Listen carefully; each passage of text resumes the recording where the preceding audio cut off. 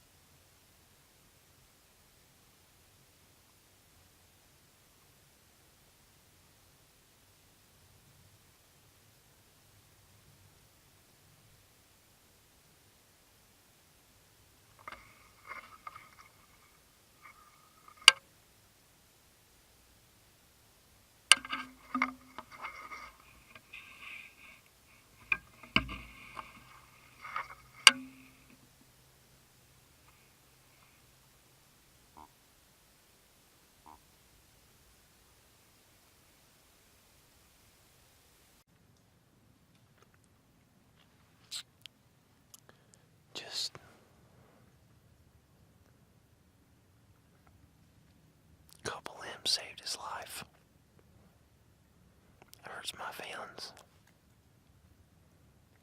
Big time. That might have been the opportunity we sit here all week for. I hope not. But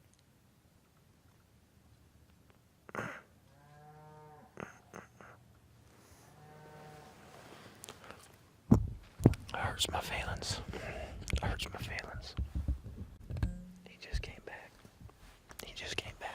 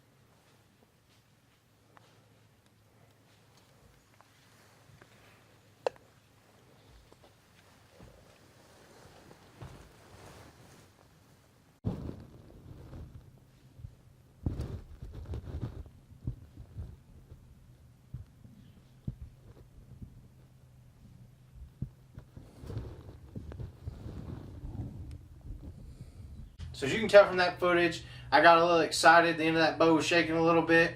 Lucky for him, he got to live another day. Some limbs were hanging in the way, and I couldn't get a shot off on him that I felt comfortable with, so I just passed on the opportunity. The next hunt, it is actually raining, and it had rained all night long, and it was supposed to just quit right at daylight. So we walked in the rain. I left my camera in my pack, all covered up in the waterproof stuff. The tree we were on was really big, and we couldn't get the camera arm on it. So I just carried the Tactacam and hope for the best. This is what happens.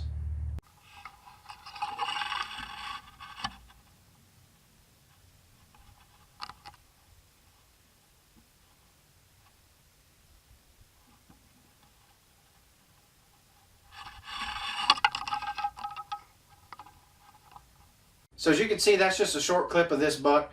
I actually got to watch this deer for about 300 to 400 yards coming all the way across this field chasing these two does. As soon as he crested that hill, I could tell, no doubt, he was a shooter. And when I picked up my binoculars, it just confirmed what I already thought in my mind. And I watched this deer come all the way down, and as luck would have it, the trail jumps the fence at probably 36, 37 yards and walks to 15 yards to a tree that they'd been rubbing on.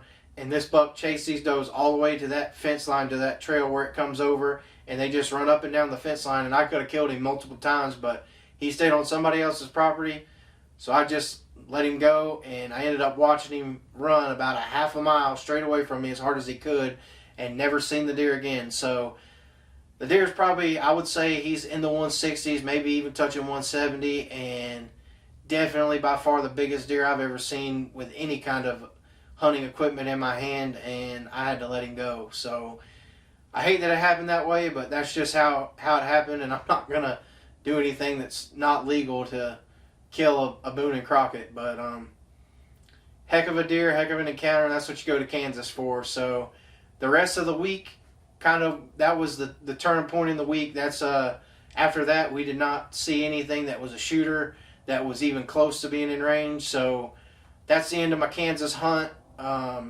It was great, and I'm headed back next year. So stick with me, like and follow as I pursue the dream, and maybe next year I'll lay one of these Kansas monsters down.